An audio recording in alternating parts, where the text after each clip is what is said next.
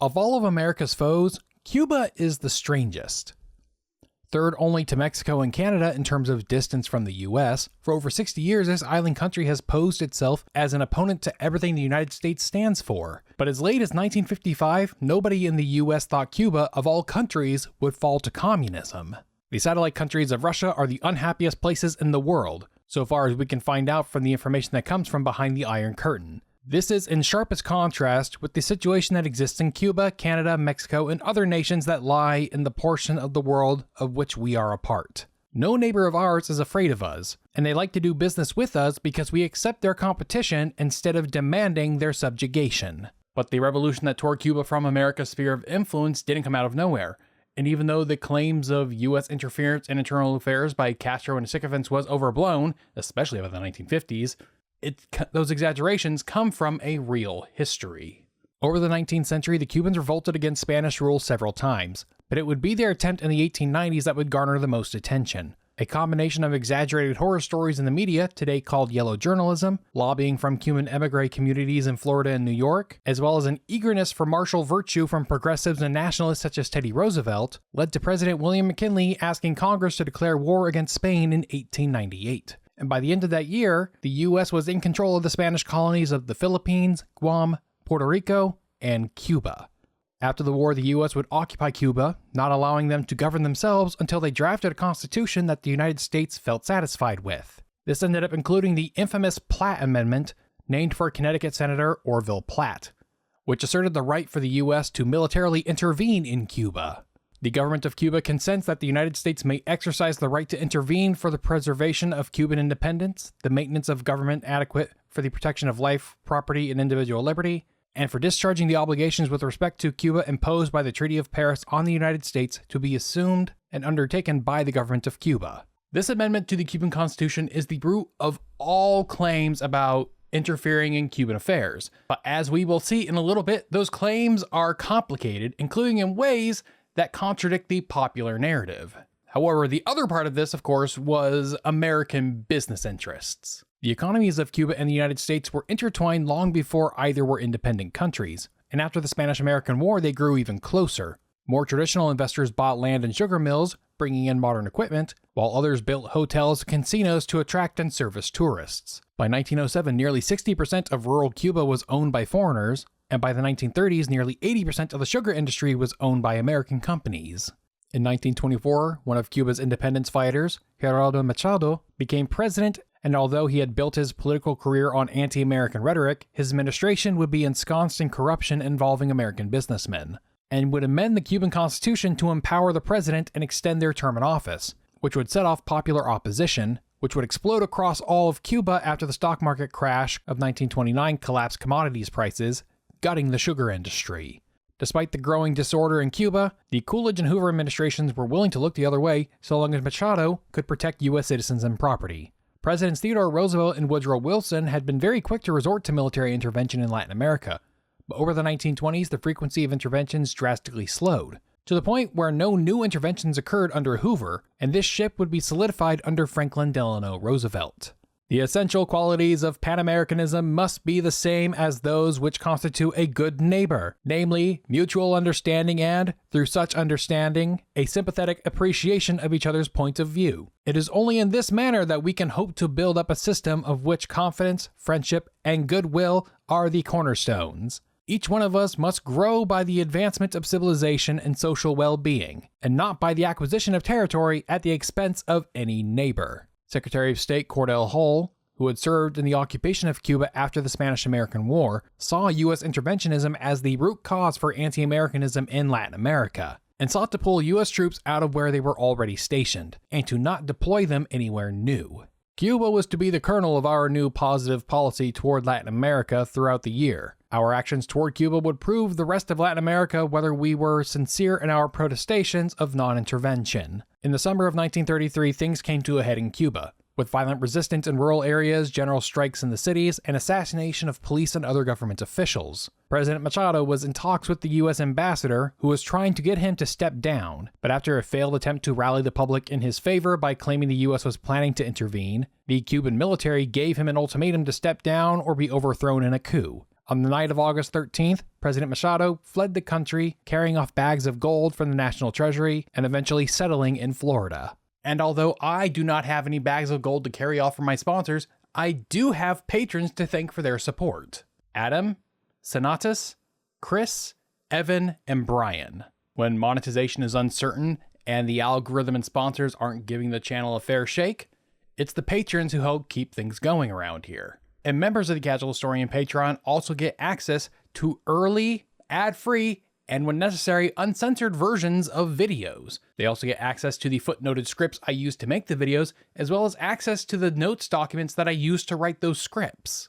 But of course, most people who contribute to this and any other channel on Patreon are doing so because they think what that channel does has value, and they want to help that creator make more and better videos. And the perks are mostly just a way for us creators to show our appreciation to our patrons. And so to all of my patrons, past, present, and future, thank you. But for now, let's get back to the history. The US ambassador tried to set up a provisional government with a general taking power, who then handed it over to the new Secretary of State, Dr. Carlos Manuel de Cepeda. The upper ranks of the military were supportive, but the provisional government was unable to restore order. Cepeda would be in power for less than a month, when an insurrection of army sergeants, led by Fulgencio Batista, removed the president and the generals from power.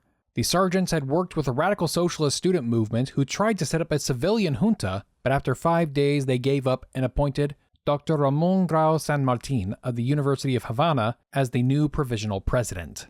Grau's government would be revolutionary, with some members openly referring to it as socialist. President Grau would issue numerous decrees, placing caps on land ownership and ordering the confiscation and redistribution of excess lands, as well as instituting new taxes and wage increases. But the Cuban business community refused to obey the decrees or to even pay taxes, assuming the US was on the verge of intervening and reversing all of these policies. But the Roosevelt administration would disappoint all parties involved.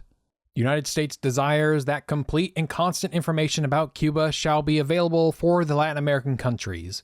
The United States has absolutely no desire to intervene and is seeking every means to avoid intervention. The key of American policy in regard to Cuba is that Cuba shall obtain quickly a government of its own choosing, and one capable of maintaining order. Obviously, the business community, both the Cuban and American, were upset by this because the continued instability, along with Grau's policies, were costing them. The U.S. ambassador in Havana was also worried the administration's refusal to intervene would lead to the creation of a communist state in the Americas. The Cuban military, or at least the ousted generals, were also asking the State Department to intervene. But the most upset party was Grau's government. With the U.S. refusing to grant official recognition, large swaths of Cuban society refused to cooperate with the new Cuban government, which made it more difficult to restore civil order and thus allow for new elections to politically legitimize Grau's regime. And so, a U.S. policy of non-interventionism results in the further destabilization of Cuba. After a conversation with the U.S. ambassador, Batista tells Grau that the only way to obtain U.S. recognition for the Cuban government was for him to resign. He would do so on January 18, 1934, with Carlos Murrieta installed as the new provisional president. However, Murrieta was merely a puppet of Batista, who controlled the government from behind the scenes. In spite of this, Batista's shadow regime was actually quite progressive and achieved many of the revolution's goals, including the abolishment of the Platt Amendment with U.S. approval. In addition to the abolishment of the Platt Amendment, it was under Batista that women were finally given the right to vote. He also retained a large number of Grau's reforms, legitimizing them via legislation from the Cuban Congress. By the late 1930s, Batista was proposing the creation of a new constitution and invited all Cuban exiles who had fled during his, Machado's, and Grau's regimes to participate in the Constitutional Convention.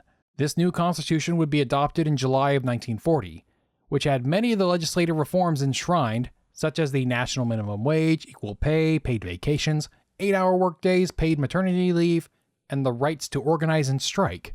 It also outlawed landholdings above certain amounts and restricted foreign ownership of land. It was under this new constitution that Batista would run for president in his own right in 1940, winning over 58% of the vote. Batista's presidency saw Cuba's first official diplomatic relations with the Soviets. This wasn't too difficult a decision for Batista, since his party was allied with the Democratic Socialists in the Cuban Congress. During World War II, the US had released a number of Soviet spies and agents from prison to appease Stalin, and Batista would do the same by legalizing the Communist Party in Cuba, who would remain close allies of Batista until the end of his regime. Batista would step aside from formal power in 1944, not running for re-election, allowing Ramon Grau San Martin to finally achieve the presidency in his own right. Batista's regime had been pretty corrupt, with a practice known as ghost workers. Basically, various departments of the government would have a bunch of fake employees on the rolls, whose salaries would be pocketed by one or more officials.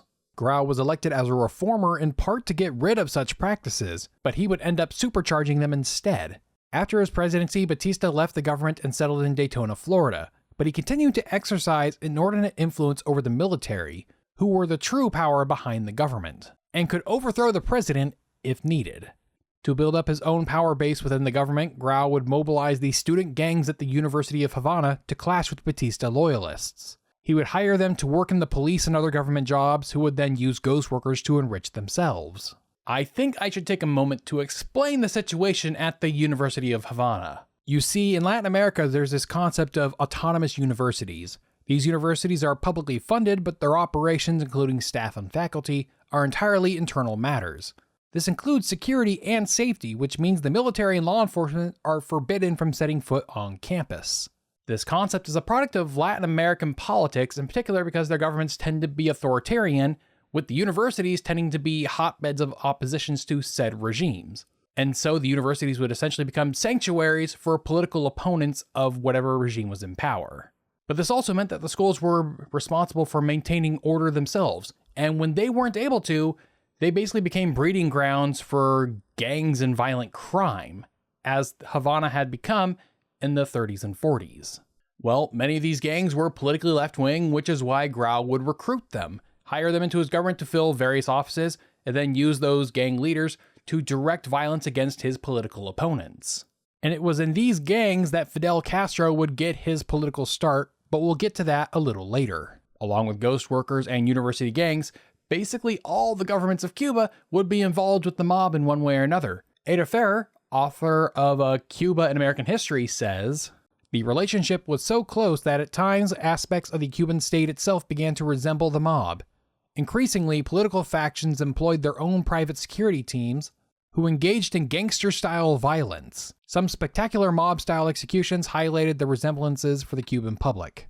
People coined a new term for the style of politics of the period, an American word with a Spanish suffix, gangsterismo. But in the late 40s, there seemed to be a glimmer of hope for change.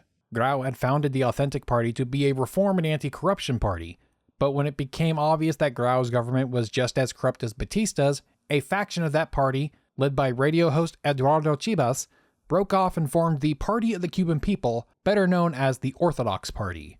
Chibas ran for president in 1948 against the Authentic Party candidate, Carlos Prio, and although he came in third, they did pretty well for a new party, winning 4 seats in the lower house of the Congress. But Chibas had a habit of riling up his supporters on his radio show, often making big, wild, bold accusations against people without much evidence.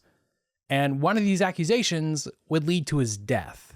He would accuse President Prio's Minister of Education of secretly owning land in Guatemala. This became a very public dispute and resulted in the minister proving the accusations to be false, and Chibas would fall into a deep depression. He took to drinking and brought a revolver with him to one of his broadcasts, killing himself live on air. With Prio's corruption so blatant, Batista believed he could beat the Authentic Party in the 1952 election, but the polls were showing the Orthodox Party and its new leader, Roberto Agramonte, in the lead, despite Chibas' suicide the year before. So on March 10th at 2:40 a.m., junior officers seized control of Camp Columbia, the largest military installation in Cuba aside from Guantanamo Bay. By phone, Batista secures the support of army chiefs in other provinces, with all opposing officers ousted from the military. The next morning, when news of the coup began to spread across the country, Batista would publicly justify his actions by portraying it as a revolution against the corruption of the Grau and Prio governments, condemning their reliance on the violent gangs of Havana University. I mean, yeah, Grau and Prio were corrupt, but that was a bit of the pot calling the kettle black. And the only reason Grau and Prio were using the university gangs was because Batista refused to relinquish his influence over the Cuban military. In his memoir, which I'm kind of surprised exists at all, Batista claims that he did not repress any government employees at all so long as they were doing their job. What he fails to mention, however, is that part of doing their job was supporting him politically. The purpose of all these acts was to stabilize the country, to create as little upheaval as possible, gaining general confidence by seeking the national unity indispensable to progress, economic liberation, and consolidation. Now, in hindsight, it seems pretty obvious that Cuba was on the verge of violent revolution, but at the time there was plenty of reason to doubt it. Despite government corruption, the Cuban economy had grown, and the average standard of living had gone up. Many of the complaints of the communists who would come to take power in Cuba had already been addressed. By the 1930s, nearly 80% of Cuba's sugar industry was owned by American companies. But the reforms of Batista, solidified by the 1940 Constitution, encouraged Cubanization of the economy, with loans and other incentives provided for Cubans to buy up American assets in Cuba, and by the 1950s, the US owned less than half the sugar industry. And by 1958, that number went down to 35%. In fact, by 1954, sugar consisted of only a quarter of Cuba's economy, and only 44% of the Cuban labor force was working in agriculture. Not to mention that by 1959, Cuba had the 4th highest per capita income in Latin America, and the 31st highest in the world. Contrast that with today, where it's at 82nd. And it was this economic reality that kept most of the Cuban public, especially the middle class, on Batista's side until near the end of the revolution. During the coup, Prio would escape the presidential palace in disguise, and took refuge in the Mexican embassy, eventually going into exile in Florida. Students at the university began to demonstrate and waited there for weapons that President Prio was rumored to be sending. However, Roberto Agramonte told the Orthodox Party members to only use nonviolent resistance against Batista, and this would anger a young lawyer whose first run for public office had been quashed by the coup, and would begin recruiting other young members of the Orthodox Party to engage in violent revolution. This young lawyer was the 25-year-old Fidel Castro. The Castros were an upper-class family of the Orient province.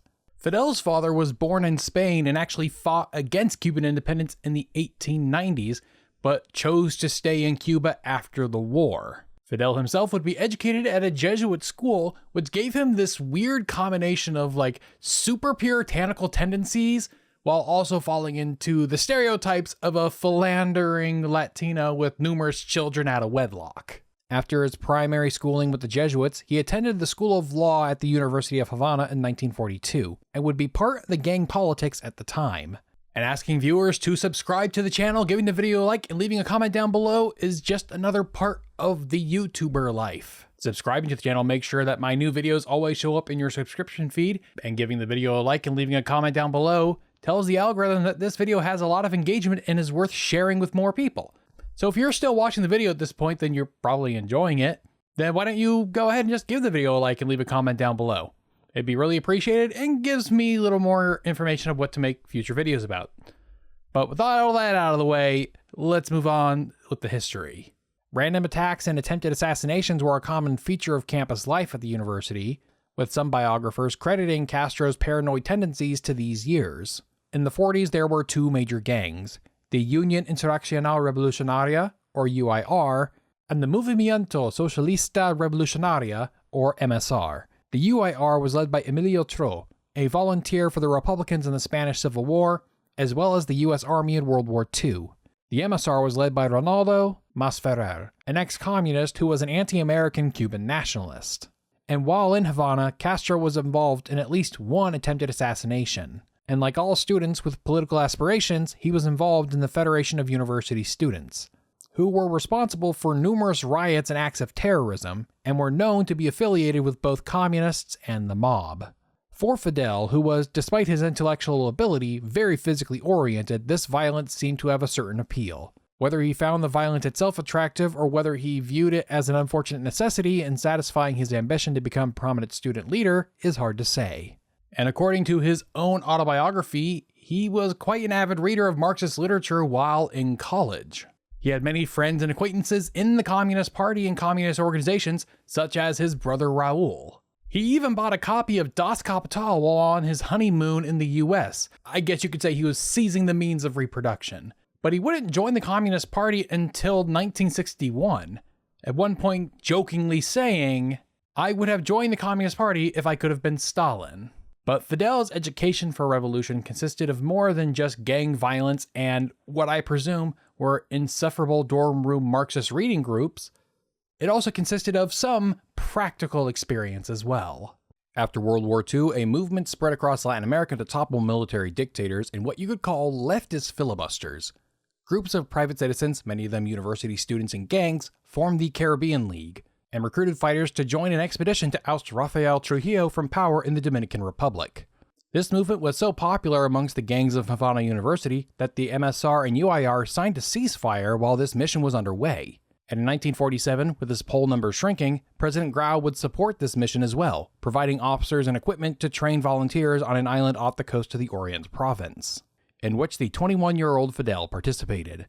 But after 2 months, Grau called off the operation and brought all the recruits back home after the U.S. State Department pressured him. And with the Trujillo mission called off, gang violence returned to Havana University.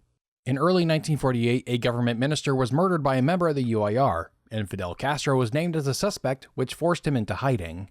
Around this time, President Juan Perón of Argentina was planning an anti-American student conference to be held in Bogota, Colombia, timed to coincide with a meeting of the Organization of American States. Fidel would be recruited by the Federation of University Students to join the Cuban delegation, thus giving him an opportunity to escape Cuba while the murder investigation continued. The student conference had a popular liberal Colombian politician, Jorge Eliezer Gaitan, giving the opening address. But on April 9th, Gaitan was assassinated, which saw a lynch mob kill the assailant, which then exploded into a citywide riot, known as the Bogotazo. Fidel himself was involved in leading a group of rioters to a police station to steal weapons. As the riots calmed down, Fidel sought refuge in the Cuban embassy, as he was wanted for several murders. The Cuban representatives to the OAS conference, Guillermo Belt, unaware of Castro's misdeeds, arranged for his safe return to Cuba, by which point he was no longer wanted for the murder of the government minister. By the late 1940s, Fidel was trying to extricate himself from the gang politics of Havana University and found a home in Eduardo Chiba's Orthodox Party. But when the 1952 election came, Fidel was not endorsed by the party to run for his local seat in the Congress. In spite of this, Fidel decided to run anyway, but when the government was overthrown on March 10th, he would give up on electoral politics and return to the violence that he was all too familiar with. But Fidel wasn't the only one contemplating armed resistance. Although the Orthodox Party had officially eschewed violence, the Authentic Party would actively arm rebels, using organizations such as the Association of Friends of Aureliano, or AAA. Additionally, a Havana University professor with army connections, Rafael Garcia Barcena, founded the Movimiento Nacional Revolucionario, or MNR. Barcena, who was primarily recruiting from Orthodox Party youth organizations, had reached out to Fidel, who expressed interest. He used his army connections to procure arms for the MNR, and he hoped to use these connections also to initiate a bloodless coup to take over the government similar to Batista had. However, he wasn't careful in recruiting people to join his conspiracy, reaching out to so many different individuals and groups that his plot was eventually discovered, and he and about 14 other conspirators were arrested. Castro's own plans wouldn't begin taking shape until early 1953. He envisioned capturing the Moncada barracks in Santiago to steal its arms and distribute them to anti-Batista rebels. As Fidel recruited his own Orthodox youth members, mostly from Spaniard families like his own, they received material support from Dr. Huto Carrillo, who led his own group, Acción Libertadora, and was the former head of the Agricultural and Industrial Development Bank. One of Fidel's earliest recruits was his brother Raúl, who was already involved in revolutionary communist student groups. Fidel claims to have both thoroughly investigated his recruits, while also doing it with haste. It went relatively quickly. I was amazed at how fast, using the right arguments and a number of examples, you could persuade somebody that society was absurd and that it had to be changed. Initially, I began the job with a handful of teams. There were a lot of people who were against theft, misappropriation of funds, unemployment, abuse, injustice, but they thought it was all attributable to bad politicians. They couldn't see that it was the system that created all of that. Castro would utilize Havana University's autonomy to train his troops, and he also claims to have started up several Marxist reading groups amongst some of the recruits. If we hadn't read Marx's books on political theory, and if we hadn't been inspired by Martí, Marx, and Lenin, we couldn't have conceived the idea of a revolution in Cuba. Those ideas were the essential building blocks of the revolution. But as Fidel was gaining manpower and arms, a conference of anti-Batista groups was held in Montreal, Canada. They came to a loose agreement to work together to overthrow Batista. But this worried Fidel Castro, believing this could steal the glory and the power that would rightfully belong to him as a result. So he decided to speed up his plans, hoping to not be usurped. Fidel rented a farmhouse in Siboney where his recruits would meet before the attack. They managed to procure a hodgepodge of various unmatching weapons and train them for several months, but during this time, Castro never really told his recruits what exactly they were going to do until the night before. His plan was to attack the Moncada barracks in Santiago the morning of July 26, 1953. The day before was a festival celebrating a Cuban independence fighter, José Martí, and Castro had presumed that most of the soldiers would be sleeping off a hangover. Along with the Moncada barracks, he also planned an operation at the nearby Bayamo barracks to blow up a bridge in order to prevent reinforcements from reaching the Moncada. After detailing the plan, most of his recruits backed out, feeling it was a suicide mission. 160 fighters would participate in the attack, with 40 sent to Bayamo and the other 120 to Moncada. The Moncada group, which is where Fidel himself went, was split into 3 subgroups, one attacking a nearby hospital, another attacking a courthouse, and the main group attacking the barracks. The group confronting the barracks initially caught the soldiers off guard, the tired watchmen not noticing the uniforms the fighters wore were fake. But as Fidel tried to drive through the open gate, he hit a curb, which alerted a nearby army patrol jeep, which pulled up behind his group. Castro then jumped out of the car with a shotgun in hand, and a firefight broke out. The plan quickly fell apart, and after an hour, all of Castro's fighters had either fled the scene or had been captured by the army and would be subject to interrogations and torture. About 60 of the participants made it back to the farmhouse and debated whether they should hand themselves over. Fidel would lead a handful of them to flee into the mountains, where they were eventually found by an army officer who had known Castro from university. Instead of taking the rebels to the army, who would have likely tortured them, this officer delivered them to civilian police on August 1, 1953. Those not already captured by the army or police fled the country, many going to Mexico City. Because he was sent to the civilian prison, Castro and those with him would receive trials, which gave Fidel the chance to pontificate and grandstand on the witness bench, justifying his actions, saying, "History will absolve me." Both Fidel and Raul would receive 13-year sentences and be sent to the Presidio Modelo on the Isle of Pines in the Gulf of Batabano. Castro was initially kept in solitary confinement, but less than a year into his sentence, he was actually offered clemency and release, and all he had to do was promise to not try to overthrow the government again. And he refused. Decades later, Castro continued to claim that his plan was flawless and could have overthrown Batista. The Moncada barracks could have been taken, and if we'd taken Moncada, we'd have toppled Batista without question.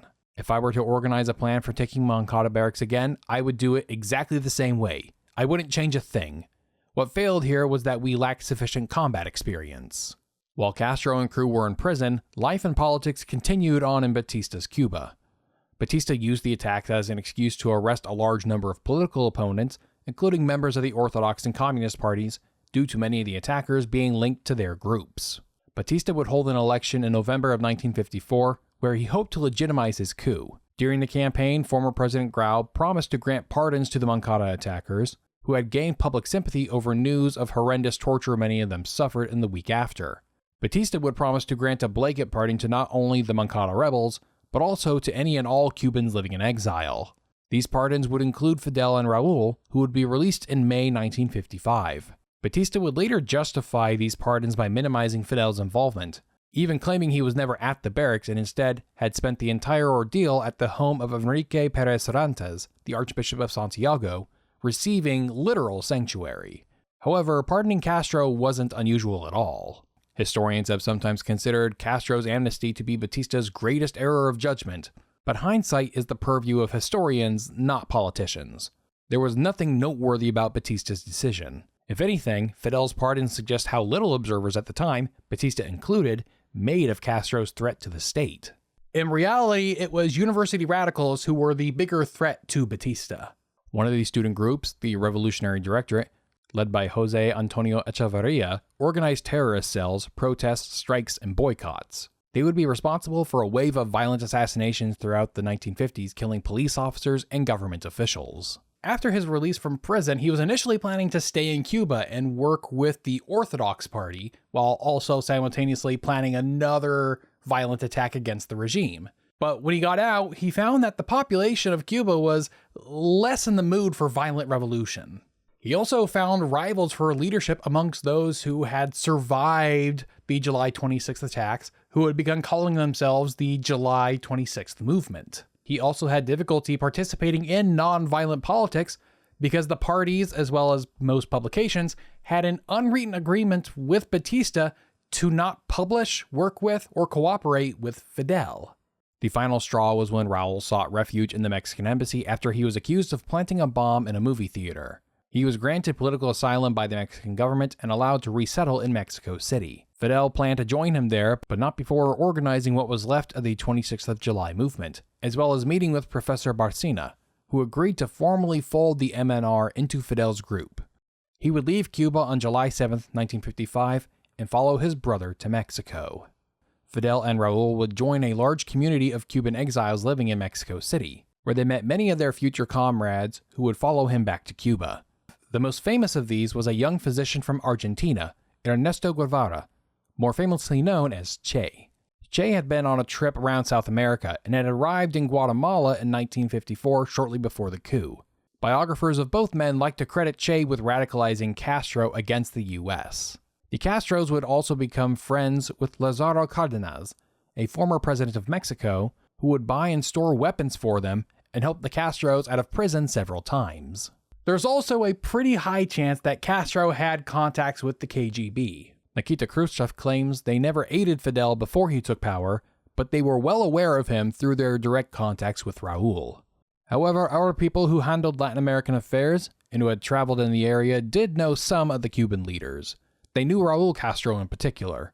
Based on information gathered through various channels, we knew that Raul Castro was a good communist. But more important were the ties Castro made with other Cubans. Students and other young radicals from Cuba would travel to Mexico to visit Fidel, in particular Echeverria, the revolutionary director in Havana, and Frank Pai of Santiago. He came to an agreement with Echeverria that the Directorate and the July 26th movement should avoid conflict and work together to overthrow Batista, even if they had different tactics. The Directorate would try a more top-down approach to the revolution by assassinating various high-level officials in the regime, including, hopefully, Batista himself. In contrast, Fidel wanted to recreate the revolution of 1933, which included a rural insurgency combined with general strikes in the urban areas. And this is where Frank Pai comes in.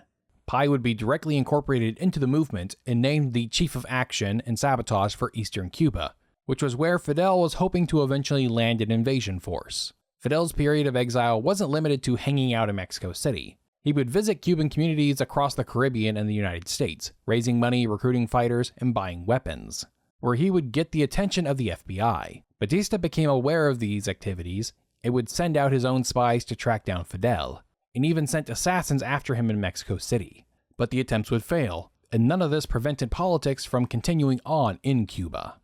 The legal opposition in Cuba had formed the Sociedad de Amigos de la República, or SAR, who would orchestrate rallies to protest the actions of the regime, pressuring it into making more concessions on civil and political rights.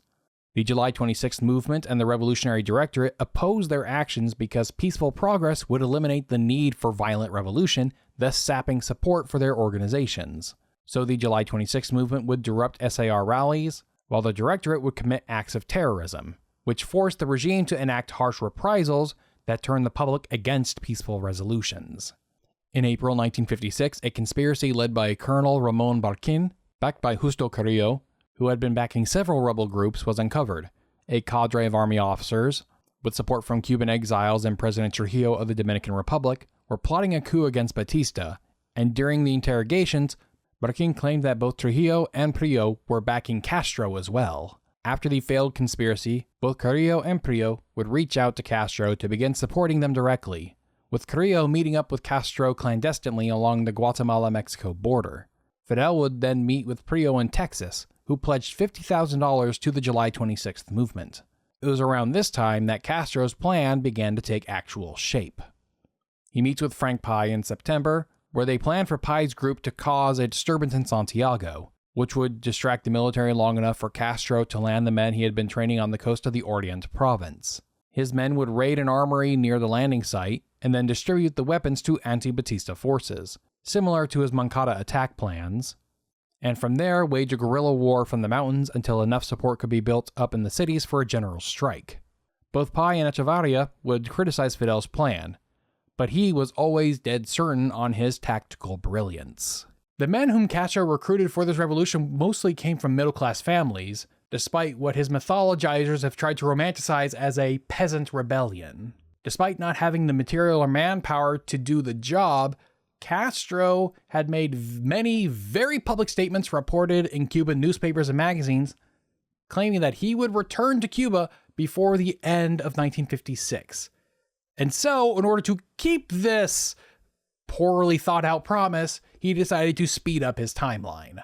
After evading police raids, he and 81 recruits, including his brother Raul and Che, would load into a 58-foot motorboat named the Granma with arms, heavy weapons, and other supplies. And similar to his Moncada plans, he kept the details and timing of the operation secret from everybody until the day of. In the early AM hours of November 25th, 1956, the overloaded motorboat took off from Tuxpan, Mexico, and set sail for Cuba. In their minds, the revolution had finally and truly begun. If you're interested in digging deeper into this subject yourself, you can find my sources listed down in the description below, along with my footnotes I used for this video, which correspond to the various parts of the videos where a number is shown in the upper right-hand corner. You can support this channel through Patreon or PayPal or through the regular YouTube stuff, liking the video, subscribing to the channel, and leaving a comment down below. Thank you all for watching, and I will see you next time.